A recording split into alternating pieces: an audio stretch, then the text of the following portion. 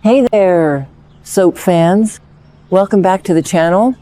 The drama we are unpacking for Wednesday, August 26th is going to absolutely blow your mind.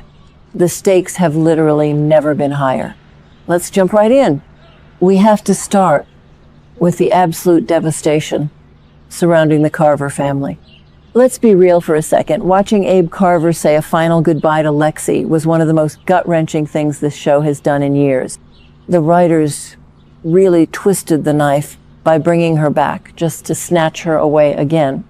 And now, Abe is left trying to pick up the pieces of a shattered heart. On Wednesday, we are going to see Abe leaning heavily on a true Salem pillar, Roman Brady. Roman is stepping up to help Abe plan a very special tribute to honor Lexie's memory. I actually love this so much.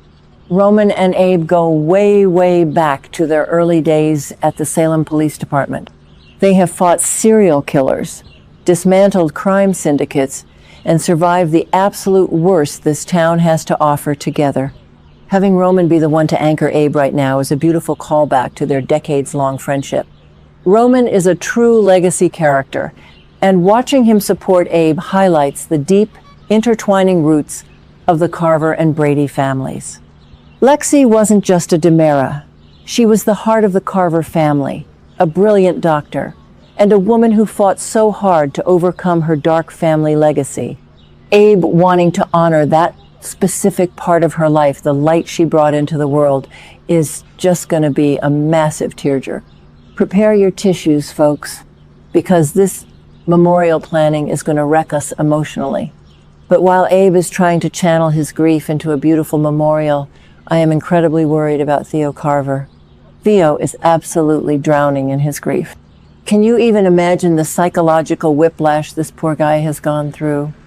He grieved his mother for years, finally got her back in a miraculous twist of fate, and then had to watch her slowly fade away again in those dark, damp DiMera tunnels. That kind of trauma doesn't just go away. Theo is wandering around Salem like a lost soul right now, desperately looking for a lifeline. And unfortunately, the person he ends up finding is probably the absolute worst person he could lean on at this exact moment. Enter Stephanie Kiriakis. You guys, I cannot even begin to tell you how frustrated I am with Stephanie right now. She is completely spiraling out of control. Ever since Joy Wesley showed up with Alex's baby Kelsey, Stephanie has turned into this paranoid, toxic, and deeply insecure version of herself. Yes, her PTSD from the Owen Kent kidnapping is a massive factor, and I sympathize with that trauma, but the way she is handling her marriage is just a disaster class in self-sabotage. She is pushing away the people who love her and making wildly irrational decisions. On Wednesday, Stephanie and Alex are going to have another nuclear-level argument. The tension over Joy, the baby, and Alex's divided attention is finally reaching a boiling point, and the dreaded divorce word is looming heavily over them. Stephanie feels completely pushed out of her own life, marginalized in her own home, and she storms off, seeking comfort anywhere she can find it. And you won't believe what happens next. Stephanie crosses paths with a grieving, vulnerable Theo. These two broken people start comforting each other, and before you know it, they completely cross the line. Yes, you heard me right. Stephanie and Theo are going to hook up. I think this move is a huge mistake for both of them. Theo is not in his right mind. He is acting out of pure, raw grief. And Stephanie, she is just acting out of spite and desperation. It's a classic soap opera recipe for disaster. A lot of fans think Stephanie is just a victim of circumstance, but I actually think she is actively destroying her own life right now. And remember, we already know from previous spoilers that little Arianna Horton overhears something scandalous about these two. This secret is a ticking time bomb that is going to detonate and take down multiple families when it finally explodes. While Stephanie is busy ruining her marriage, her mother is fighting a completely different kind of battle. Let's shift gears to Marlena Evans and Belle Black. Marlena is absolutely terrified right now. And honestly, can you blame her? Belle and Chad DiMera are still full steam ahead on their plans to travel to Italy to investigate Stefano DiMera's cryptic chessboard mystery. Marlena is practically begging Belle not to go. We are going to see a fierce mother-daughter clash on Wednesday, and the psychological layers here are just incredible. Marlena survived decades of Stefano's sick, twisted games.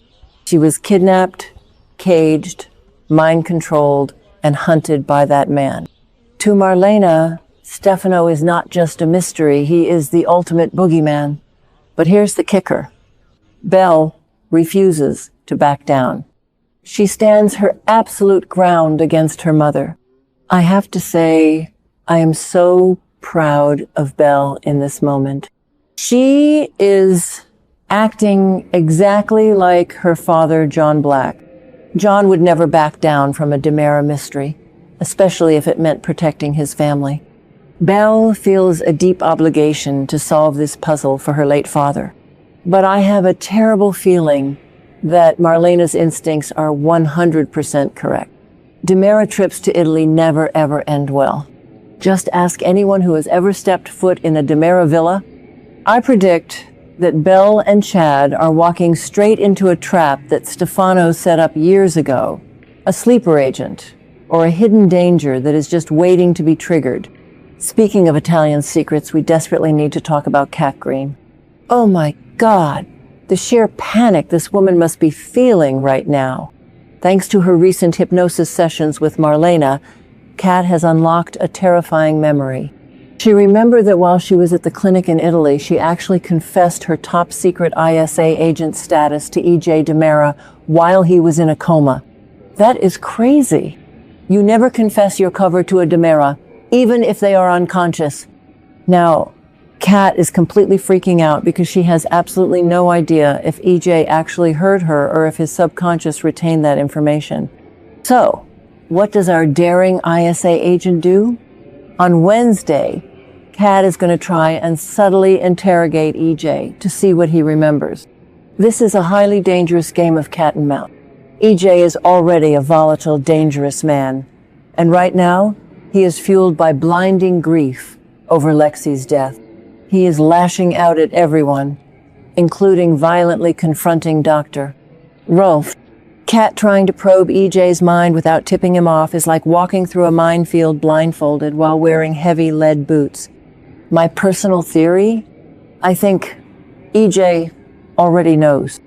I think he remembers exactly what she whispered to him in that Italian clinic, and he is just playing along, waiting for the perfect moment to spring his own trap on her. EJ DiMera is not a man who gets played easily, and Kat's growing romantic feelings for him are making her incredibly sloppy.